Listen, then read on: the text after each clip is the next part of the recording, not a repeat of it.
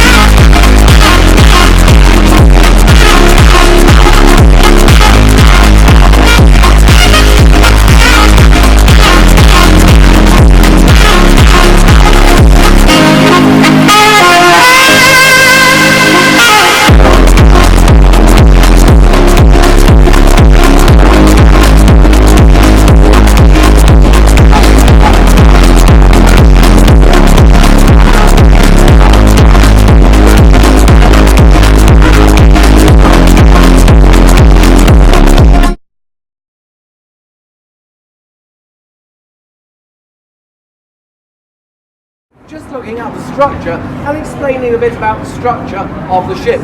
The lower half here, the hull if you will, is made of tensile steel.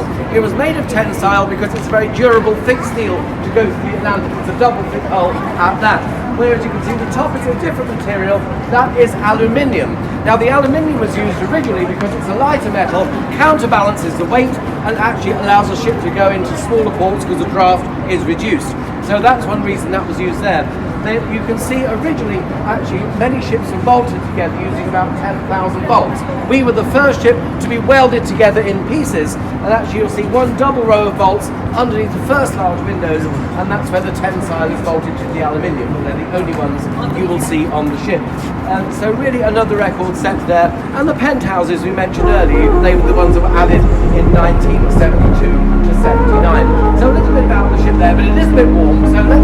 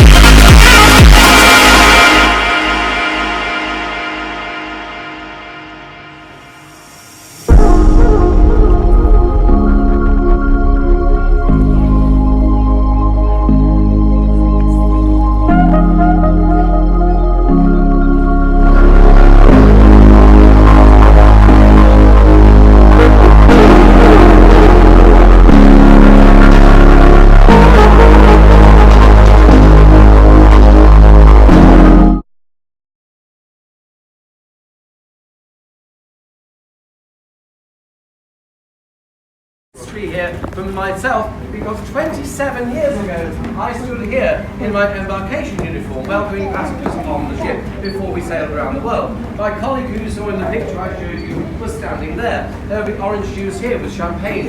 There would be a harpist or string quartet playing here. So you can get the feeling of what it was like just before we were sailing to, say, New York or Australia. Everybody coming on here. And in fact, people would come on and they'd say, "We are home now." That's how they thought of this ship. And frankly speaking, if we recognise them, we'd say welcome home, because 400 of the same people did the 4-month world cruise every year. So I mean, that's a lot of people, and it was quite sad when they left actually, because we got to know them very well during that period of time. But where are we now? The midship's lobby. Well, as I say, initially the first class embarkation point, and here we can see a similar structure to what we saw downstairs. In fact, it's the same, the fiberglass with this sort of spaceship-esque design, and that was with intent. They wanted it to look like a spaceship, and it really does with a bit of imagination. This never changed actually in 39 years.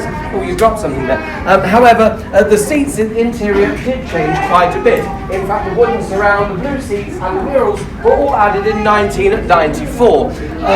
Actually, Cunard commissioned the artist Peter Sutton to paint these murals, really going from 1840, the history right from there to the present day. We won't spend too much time on the first, we've discussed that, that's the Britannia and so on and so forth, that's just repetition really. But the second one here, the Mauretania, the IA Suffolk Sage was a Cunard vessel, and also the grand era of steam travel. And we can see really the dining room dress code and games that may have been played in those eras of steam. And really those ladies were responsible for the main beginning of steam travel really getting going in those days. The Queen Elizabeth and Queen Mary, two huge Atlantic liners here that frankly passed each other every week. And they're reported to, say, literally pass in quite close proximity, and people on either ship would know each other and wave as they passed going the opposite directions. Which near of the future would wear a stripe of royal purple on his uniform in memory of all the engineers that died during that sinking, and that is still true today, which I think frankly is a lovely memoriam to those gentlemen who didn't make it. And there on the fourth mural, the QE2 as she was, I mean, a world cruise ship and a transatlantic liner, really two facets that I believe drove her to being the success that she was. And in fact there we can see the Concorde. Now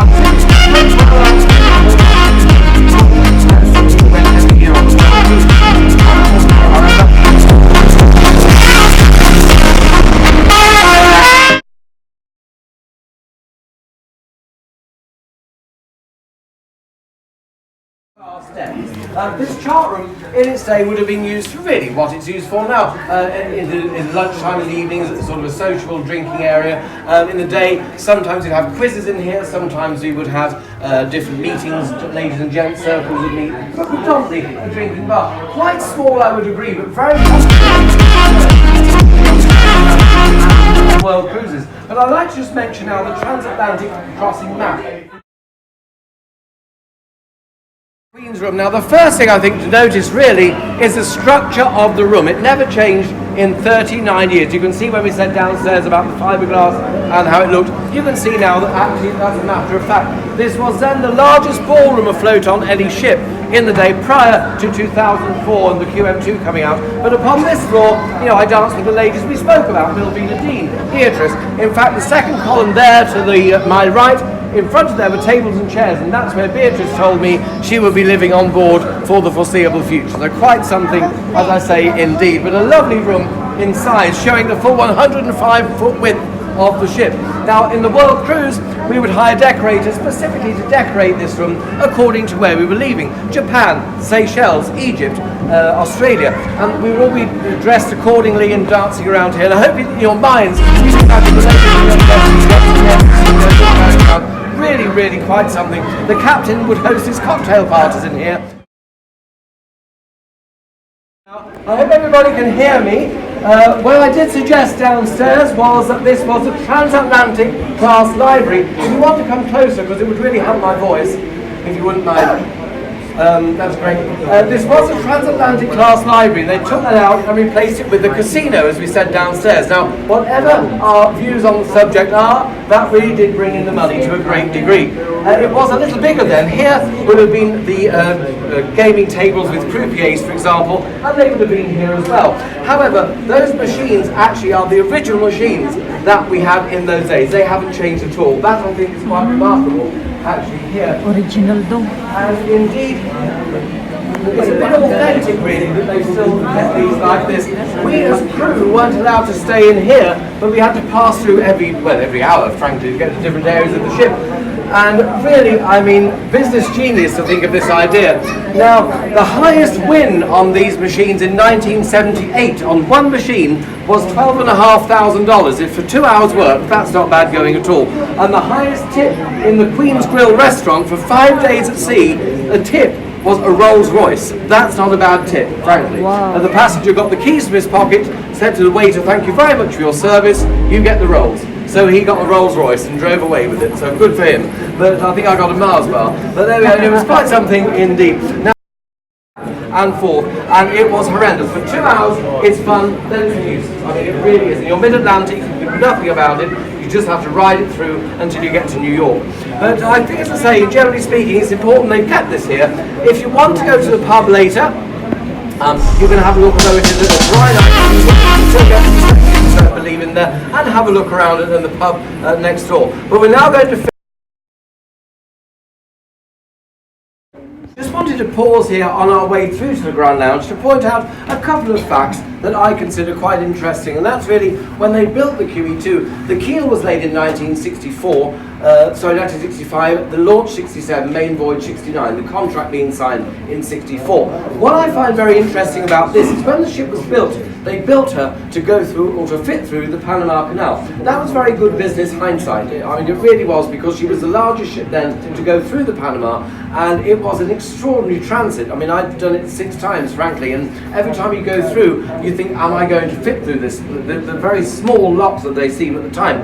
But they say the QE2, she was built 65, First World Cruise 75, and honestly speaking, it's the only place in the entire world where the QE2 captain has to give up command of the ship, and the Panama detail, and it's not airbrushed, it's not photoshopped, although they call it, this is original. And to get the QE2 Concorde and the Red Arrows all in lineage together, that took some planning. That took about 3 months of planning for weather, bless you, for weather planning alone, because you could only do that once. I mean, you can't have many takes of that, and I really feel that's special indeed. Incidentally, when the QE2 came back from the Falkland Islands conflict, she was painted in many different colours, none of which were liked, and so she was actually then painted back to the blue colour that we see today. So that's a little bit about that. But let's go now into the Grand Lounge where we finished the tour. So here we are then, excuse me, in the Grand Lounge. Now, when we started the tour, I did mention briefly about the ship, the Britannia, and I said she would fit in one of the lounges on board. And in fact, she did. If you imagine 5 feet behind this curtain here, and about the blackboard there, that's the length of the Britannia that would have fit us. I mean, really, 207 feet, that's not big when you look at it in context, with about 28 to 34 feet wide. That's something 14 days across the Atlantic, 8.5 knots as a paddle wheel steamer. So that was a lookout point.